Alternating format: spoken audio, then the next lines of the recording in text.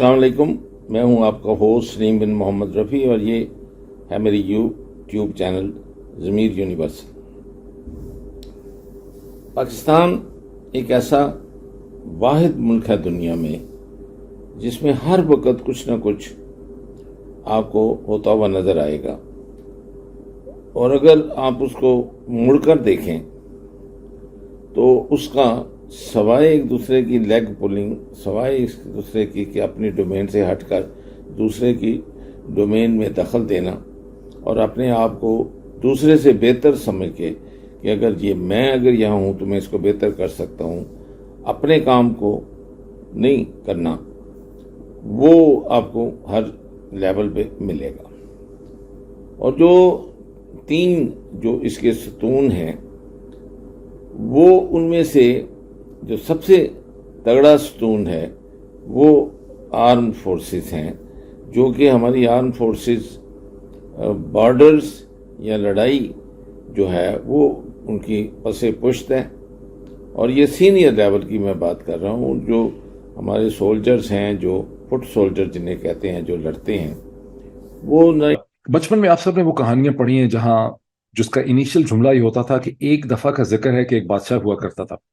اور اس کو انگریزی میں کہتے ہیں ونس اپون اے ٹائم۔ تو ونس اپون اے ٹائم میں ایک ٹی وی پروگرام کیا کرتا تھا، اور بہت سے ٹی وی پروگرامز کے انیشل ابتدائی اور انٹروڈکشن میں میرا جملہ یہ ہوتا تھا کہ پاکستان از اے ہیپننگ پلیس، اور جو مغربی ڈپلومیٹس پاکستان میں وہ کہتے ہیں کہ پاکستان جیسی انٹرسٹنگ جگہ انہیں بہت کم ہے جہاں انہیں سرو کرنے کا موقع ملا، بیکاز پاکستان میں ہمیشہ کچھ نہ کچھ ہوتا رہتا ہے۔ اور ایک ایسے وقت میں جب کہ پاکستان میں اسٹیبلشمنٹ نے، پی ڈی ایم کی حکومت نے، سب نے ڈرا دھمکا کے ایسا ماحول بنایا ہوا ہے جس میں جو بہت سی ڈیولپمنٹس ہو رہی ہوتی ہیں ان کی خبر نہیں آتی ہے یا وہ کھل کے سامنے نہیں آتی ہیں، لیکن اس کے باوجود بھی 24 گھنٹے میں پاکستان میں اور پاکستان کے حوالے سے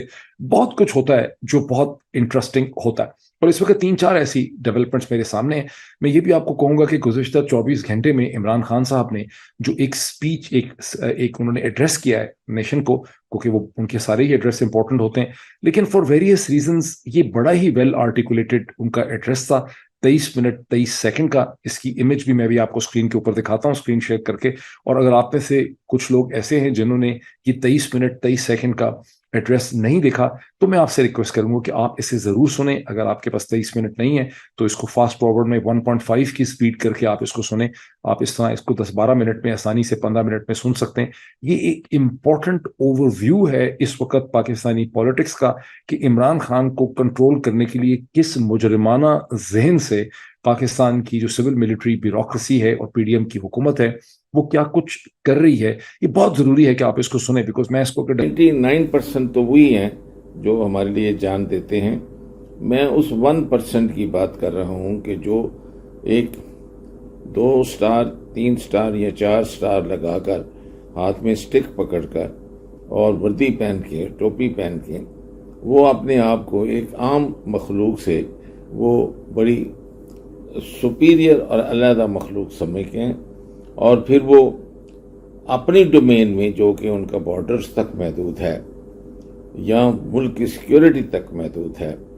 وہ اس سے ہمیشہ نکل کر وہ سیاست میں،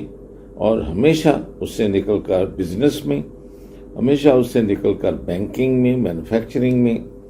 یعنی ہر اس چیز میں جس چیز سے وہ حکومت کو داؤ لگا سکیں، ٹیکس کو ایویڈ کر سکیں، یعنی وہ اسٹیٹ ود ان اسٹیٹ ہے۔ اور اس کے اوپر جن لوگوں نے کتابیں لکھی ہیں یا جن لوگوں نے اس کے اوپر بولنے کی کوشش کی ہے، ان کو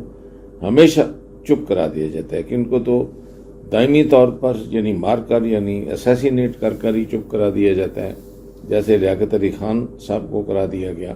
اور اس کے قاتل کو پھر ایبٹ آباد میں گھر ہی نہیں دیا گیا، بلکہ کتنی اس کو انعام میں امریکہ کے اندر اس کو پراپرٹی، جاب، ہر چیز اس کو دی گئی۔ تو یہ ہماری جو کہانی ہے اس پاکستان کی، یہ ایک یونیک ملک ہے، اور اس ملک کے رہتے ہوئے آدمی 90% ذہنی جو اس کا دباؤ ہے اس کا شکار رہتے ہیں، اور اس کی وجہ سے یہاں کرائم ریٹ، جھوٹ،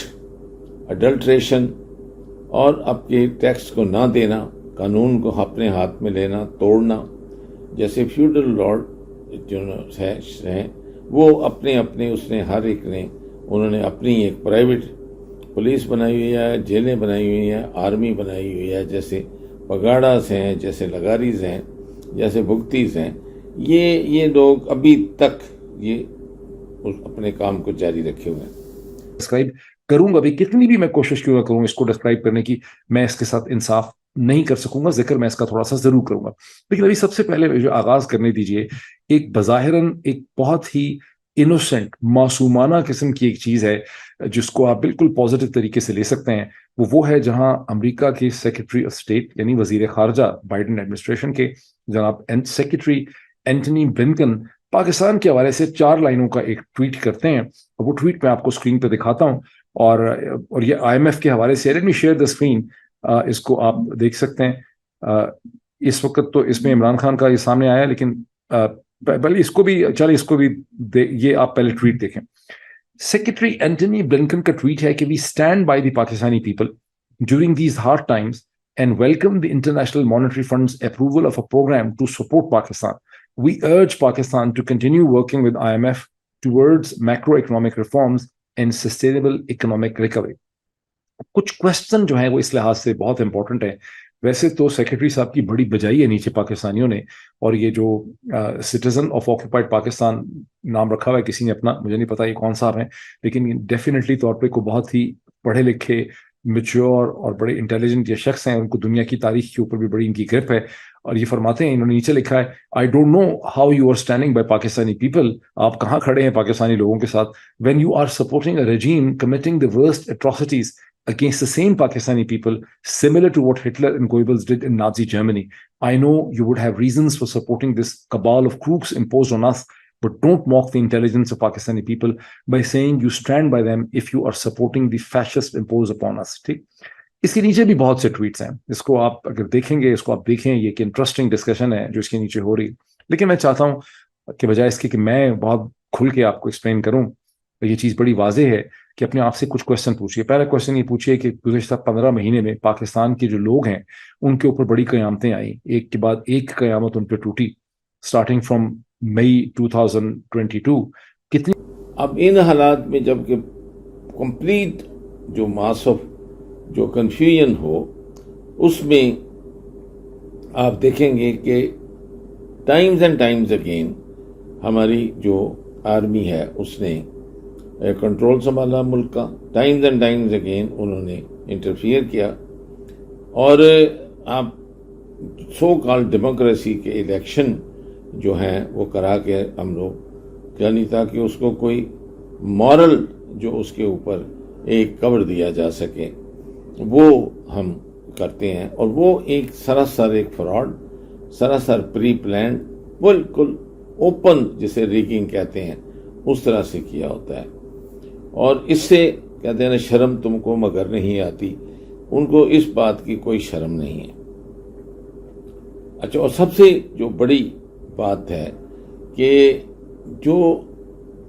آگے جو ان کے ہاتھ میں کٹھ پتلیاں کھیلتی ہیں وہ بے حد مکار، بے حد چلاک، بے حد کرپٹ وہ ہونے کے ساتھ ساتھ بے حد خوش آمدی، بے حد لیٹ جانے والے اور بوٹ لکرز جو ہیں وہ آپ کو ملیں گے. اور جو دوسرے ملیں گے یعنی 3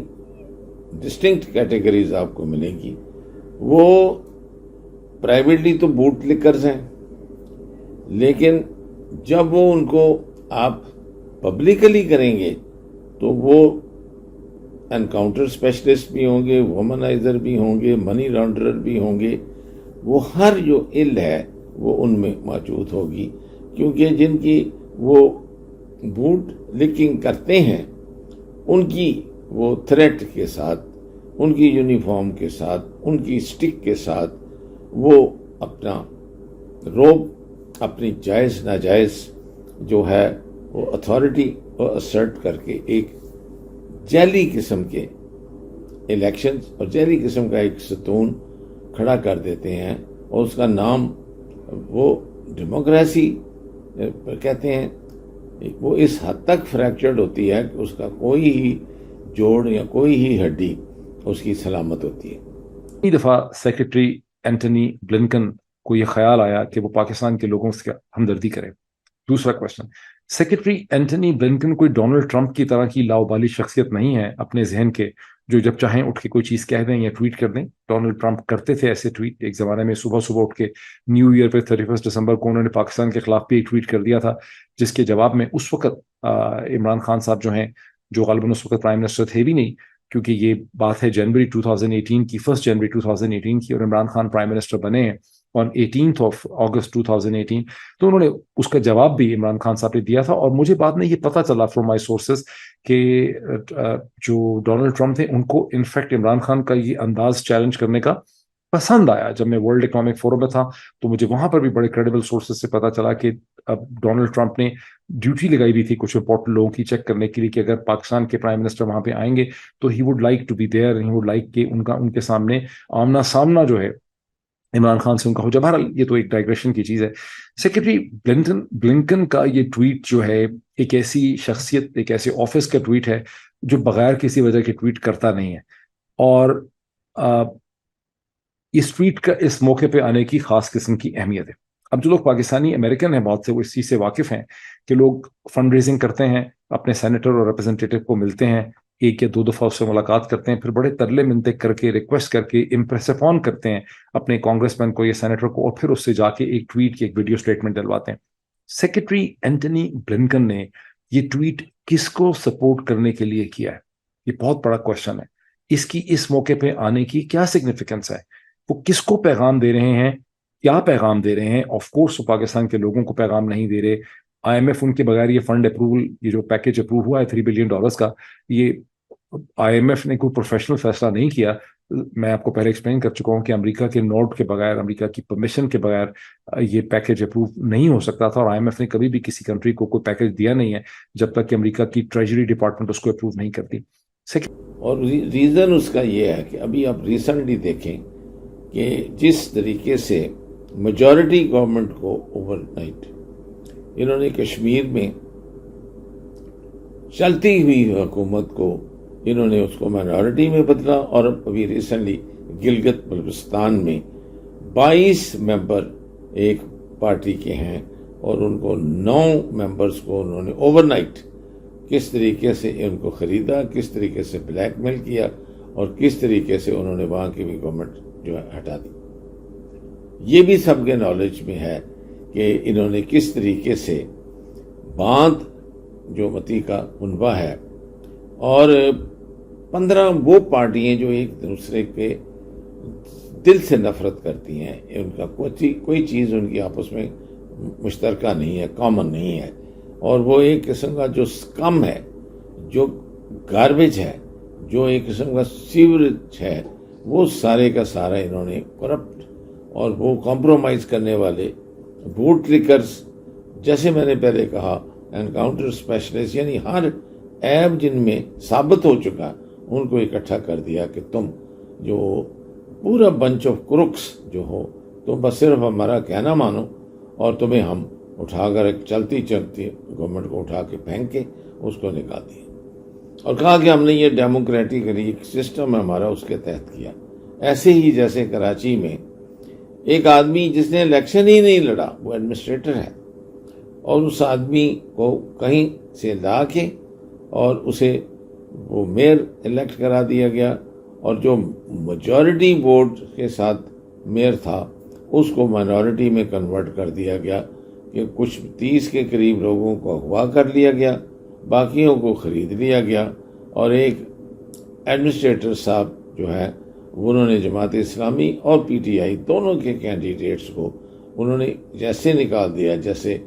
مکھن سے بال نکال دیا گیا. ایسے ہی جانے میں آپ سے کہا انہوں نے کشمیر میں کیا, اور یہ ایک ٹریلر تھا جو کراچی میں ہوا,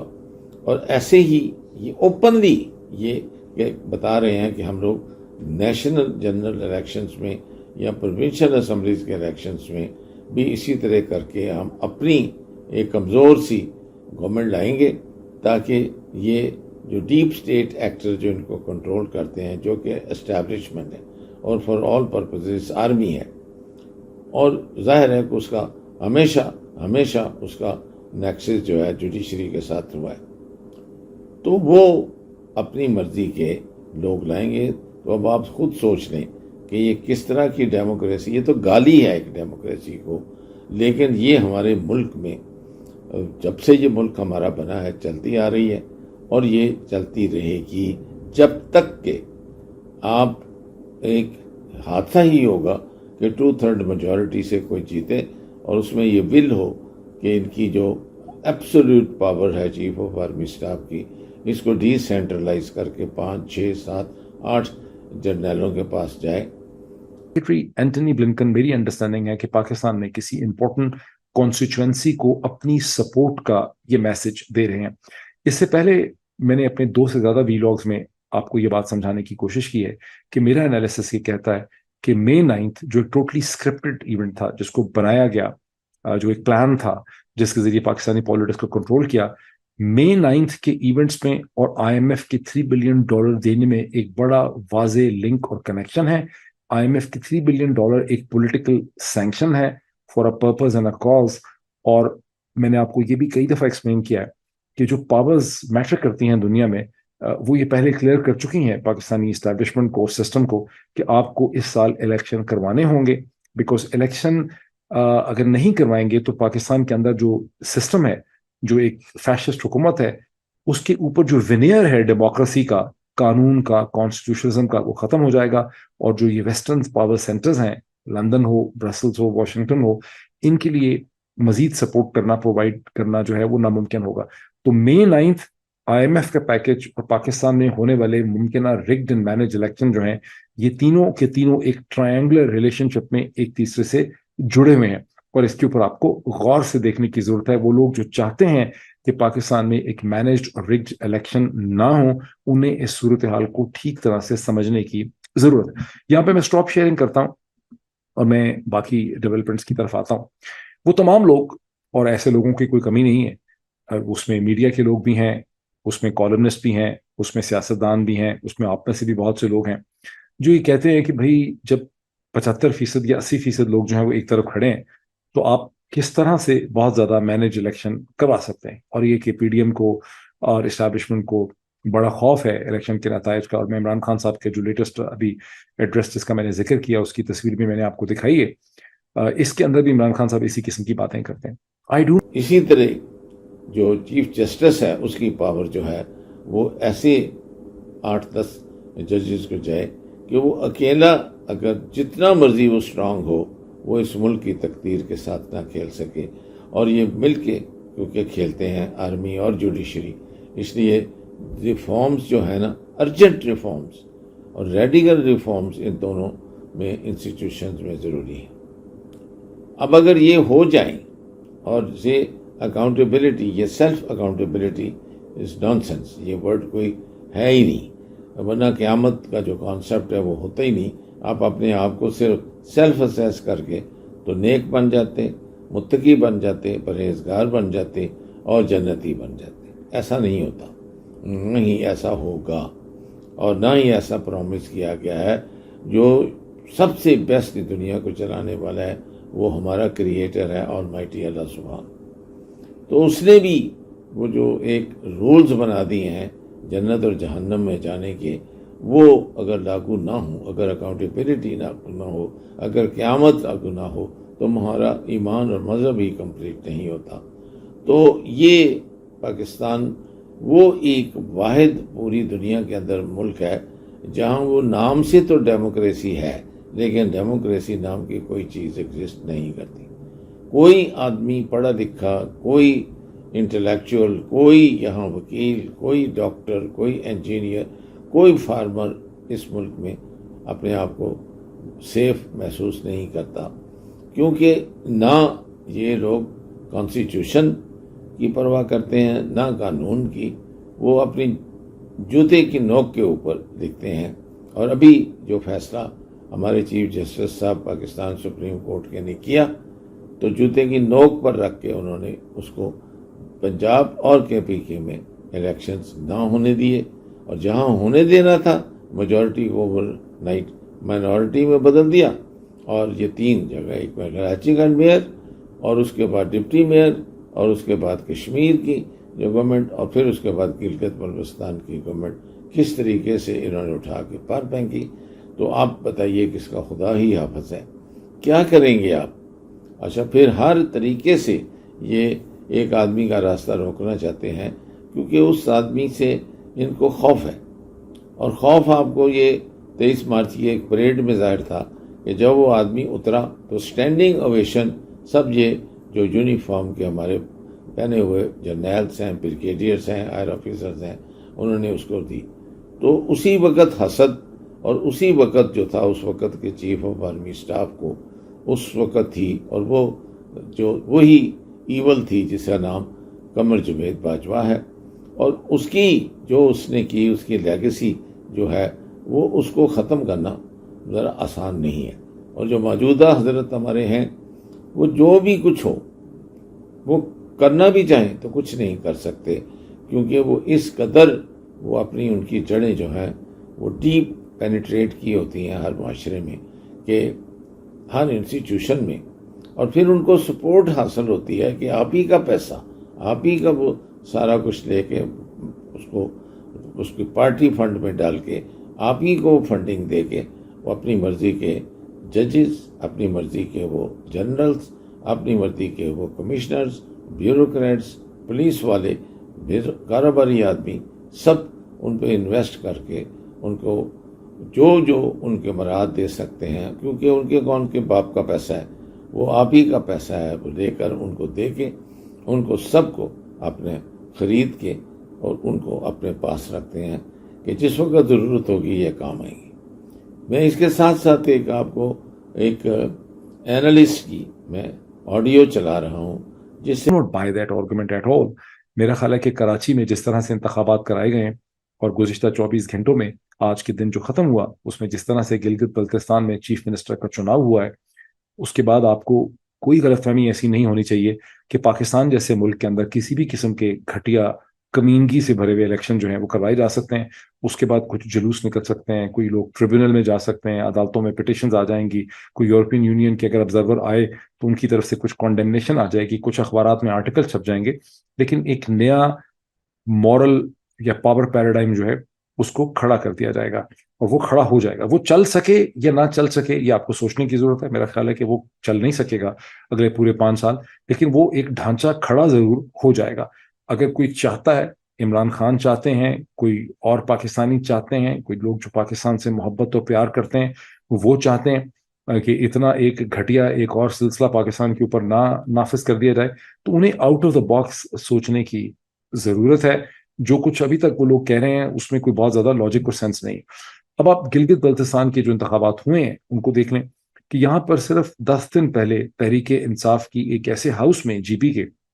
جس میں ٹوٹل ممبران غالباً 32 ہوتے ہیں، 32 کے ممبران میں 22 ممبران ہیں ان کی حکومت تھی، جس میں 19 ڈائریکٹلی الیکٹڈ تحریک انصاف کے تھے، 3 مجلس وحدت المسلمین کے لوگ تھے جو حکومت کو سپورٹ کرتے تھے، اور یوں تحریک انصاف کے چیف منسٹر کو 22 ممبران کی سپورٹ حاصل تھی. اب یہاں پر جو الیکشن ہوئے ہیں اس میں 20 لوگوں نے ووٹ ڈالا ہے. جو تحریک انصاف کے نامینیٹڈ کینڈیڈیٹ تھے سی ایم کے راجہ اعظم صاحب، انہوں نے اس کا بائیک آؤٹ کیا. ایک اور فارورڈ بلاک کے صاحب تھے، انہوں نے بھی بائیک آؤٹ کیا. 20 لوگ کھڑے ہو کے یہاں پہ ووٹنگ ہوئی ہے. 20 لوگ جو ہیں وہ آئے، پریزنٹ ہوئے. ان میں سے 19 لوگوں نے یہ حاجی گلبر صاحب جو ہیں ان کو ووٹ ڈالا ہے، جو کہ اسٹیبلشمنٹ کے میں سمجھتا ہوں نمائندے ہیں، اور ان کو وہاں پہ الیکٹ کر لیا گیا. پڑھ کر مجھے اپنے آپ سے بے نفرت ہوگی اور مجھے بطور پاکستانی اپنے آپ کو کہتے ہوئے شرم محسوس ہو رہی ہے. میں جب تک یہ اس ملک میں کوئی ایسی چینج نہیں آئے گی کہ ان جو اداروں کو جو کہ اپنی ڈومین چھوڑ کر وہ دوسرے کی ڈومین کے اوپر وہ جا کر بھنگڑے ڈالتے ہیں، اس کے اندر انٹرفیئر کرتے ہیں، اور جیک آف آل ٹریڈز اور ماسٹر آف نن والی بات ہے. وہ یہ کر تو لیتے ہیں لیکن نہ تو ڈیفینس اپنے ملک کو صحیح سے کر سکتے ہیں، اور نہ ہی وہ جنگ کر کے کوئی جیت سکتے ہیں، اور نہ ہی وہ اپنے کام سے ہے. وہ ہر ایک چیز میں انہوں نے ہاتھ ڈالا ہوا ہے، جس میں ٹیکس چھوٹ بھی لے لیتے ہیں فاؤنڈیشن بنا کر اور شو کر کے بھی کہ ٹرسٹ ہے اور فلائی ہے کام، لیکن نو سچ تھنگ ایز ٹرسٹ اور فلائنگ کام جو ہے یہ ان لوگوں کا ہے. تو جب آپ نے اسٹیٹ ود ان اسٹیٹ اتنے بڑے کاروباری گروپ کو کھڑا کر دیا تو اب پھر بھگتو. اب وہ کیا ہے رونا؟ اب تو ایون ہر جو فارن کنٹری کے ملک کے جو لوگ ہیں وہ پاکستان کی طرف حیرت سے نہیں دیکھتے اور نفرت سے بھی نہیں دیکھتے. وہ ان کو اس بات سے طرح دیکھتے ہیں کہ یہ کیا ہے، یہ کوئی جانور ہے جس کو ہم نے پہلے نہیں دیکھا تھا. یہ کیسی ڈیموکریسی ہے، کیسی یہ گورنمنٹ ہے جہاں جس وقت مرضی رات کے وقت ان کے گھر میں انٹر ہو، کوئی ٹریس پاسنگ کا آپ کے رولز نہیں ہیں. جس کو مرضی اس کے سر سے چادر اٹھا دو، جس مرضی عمر کی بچی کو ایک تھپڑ رسید کر دو، جس مرضی کے گھر کا دروازہ بلڈوز کر دو، وہ آپ سب کچھ کر سکتے ہیں. اور آپ نے دیکھا کہ گزشتہ 16 مہینے میں اس کی ایمپل ہمیں وہ ڈسٹریبیوشن ملی اور ایمپل ڈیمونسٹریشن ملی. ہم نے اس کو دیکھا کہ یہ پورے کنٹری وائڈ یہ ہو رہا تھا، ہو رہا ہے اور یہ ہوتا رہے گا جب تک کہ ان آدمیوں کی آپ جو پاور ہے ان سے ڈیوائیڈ نہیں کرتے اور اس کو بیلنس کرنے کے لیے جب تک آپ اس کو ڈی سینٹرلائز نہیں کرتے. ایک آدمی کے پاس اتنی پاور ویسے ہی انتہائی خطرناک ہے. میں ان الفاظ کے ساتھ کہ آپ آڈیو کو بھی سنیں گے، جو میں نے عرض کیا وہ بھی کریں گے، تو میرے ساتھ آپ کم از کم اس بات کو سمپیتھائز کریں گے کہ ہمارے ریفارمز کی ضرورت ہے، وگرنہ ہم اسی طرح سے اپنا سر اٹھا کر بھی چلنے کی ہمت نہیں کریں گے. اور فیس کرنا دوسری قوموں کو تو دور کی بات ہے، ہم اپنے آپ سے نفرت کرنے لگیں گے. میں آپ سے اجازت لیتا ہوں. یونیورسل ٹیلی ویژن کو سبسکرائب کرنا نہ بھولیں. اس کے بعد بیل بٹن پہ کلک کریں اور اپنے کامنٹس کے سیکشن میں اپنے قیمتی جو خیالات کا اظہار ضرور